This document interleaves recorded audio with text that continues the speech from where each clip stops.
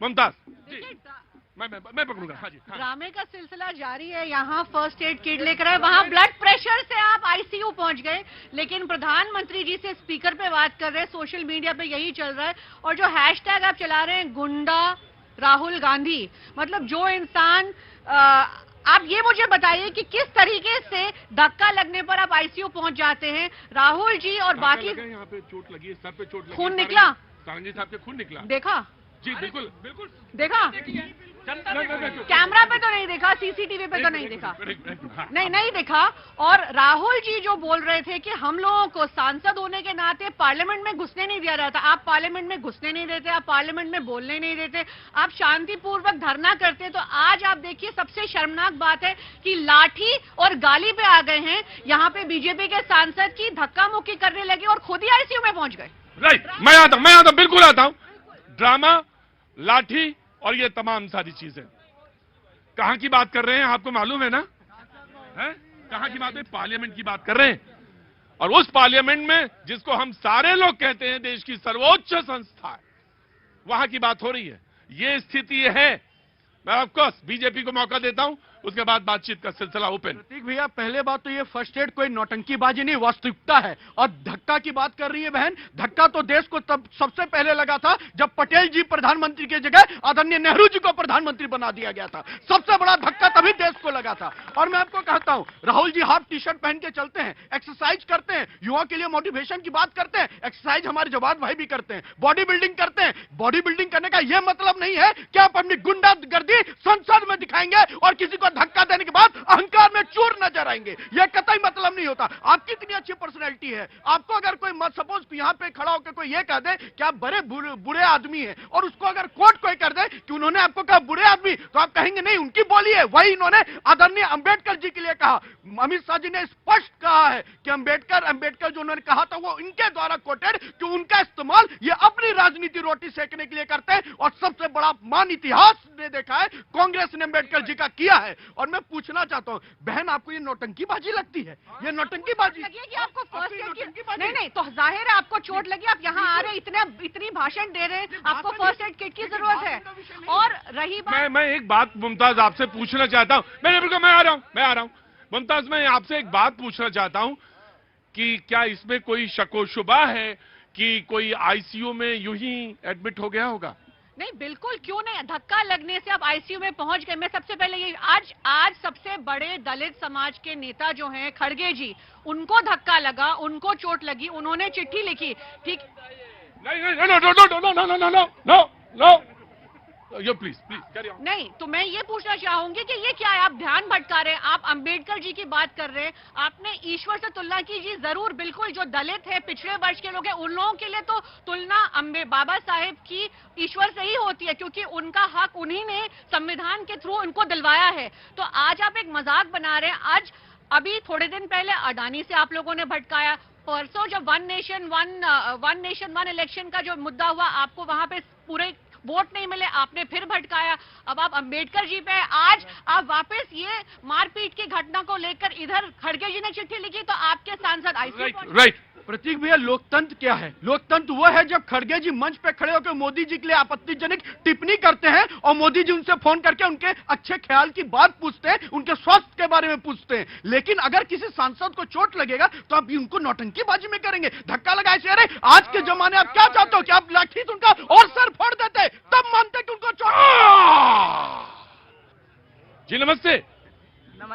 मैंने भी वीडियो देखी थी, तो जिसको चोट लगी है उसने कहा कि धक्का पीछे से आया, और आगे जाके जैसे भी लगा। और बाकी बात रही अपने लोकतंत्र की, तो अब पार्लियामेंट सिर्फ ड्रामा बन के रह गया है। राइट। ये शब्द जो है, ये अपने आप में सोचने के लिए विवश कर रहा है, सोचने के लिए। मैं बहुत सम्मान के साथ कहता हूं, बेशक ड्रामा बन के रह गया है। जब टीएमसी के सांसद खड़े होकर उपराष्ट्रपति का मिमिक्री करेंगे तो ड्रामेबाज ही वो कहलाएंगे। राइट। जवाब आ रहा हूं, मैं आप ही के पास आ रहा हूं। जवाब मैं बिल्कुल आपके पास आ रहा हूं, बहुत संयम के साथ।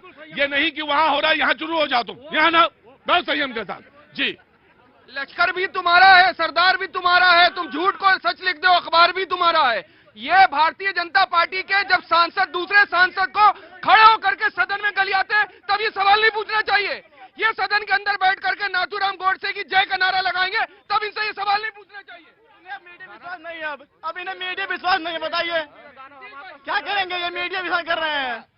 वन जब बात I will give you chance, I will give you. आप पुराने आदमी, जब बात विक्टिम कार्ड नहीं, आप मालूम है, आप आते हैं यहाँ पे, आपको मालूम है डिबेट कैसे होती है। जी देश प्रेम मूवी का एक मिनट वन बाय वन। क्या नाम है भैया? दीपक कुमार, एटा से आया हूँ। देश प्रेम मूवी क्या काम करते हैं? मैं यहाँ पे जॉब के लिए हूँ। हाँ जी, हाँ, देश प्रेम मूवी की एक पंक्ति गाने की, हम आपस में लड़ बैठे हैं तो देश को कौन संभालेगा। सेम वही सिचुएशन हो रही है, सब लोग आपस में ही लड़े, देश को कौन संभालेगा। राइट। एक जो सामान्य नागरिक है वो ये जो घटनाएं देख रहा है उससे ma'am just give me a second मैं जहाँ पर प्रदर्शन में उनको मार दिया जाता है। राइट मैं आया जी जनाब। 2 कार्यकर्ता कांग्रेस के जिनकी जान गई है, उनको लेकर के आज तक बिल्कुल भी संजीदा आपको नहीं नजर आते। लखनऊ के अंदर एक कार्यकर्ता और राहुल गांधी जी को जान से मारने की धमकी जो है यही भारतीय जनता पार्टी के नेता देते हैं। राइट जस्ट आराम से जी। उन्होंने जो कहा मेरी बहन ने, मैं बिल्कुल कहता हूं कि मेरे देश का लोकतंत्र का मंदिर आज ड्रामा बन चुका है।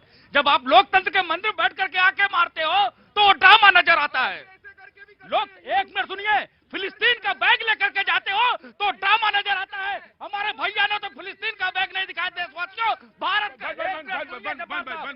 बीच मत बोलिए, आप बोलते हैं तो मैं नहीं बोलता हूं, मैं ही कह रहा हूं। आप लोकतंत्र के मंदिर में जाकर के ड्रामा करते हो, कभी इशारे करते हो, आंखें मारते हो। ये देश की जनता देख रही है कि ड्रामा कौन कर रहा है। अरे मैं तो कह रहा हूं कि मेरे देश के प्रधानमंत्री लाल बहादुर शास्त्री थे जो कांग्रेस में थे, उनका पता नहीं चला।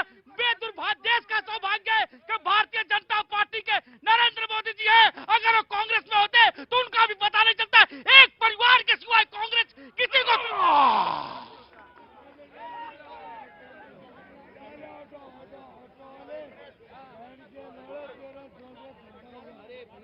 सवाल यह है कि मकसद क्या है, मकसद क्या है? बहुत बड़ी बात है ये कि मकसद क्या है। अगर सिर्फ हंगामे में तब्दील करना है तब तो एक मिनट ज्यादा हो गई है तो जाओ उधर।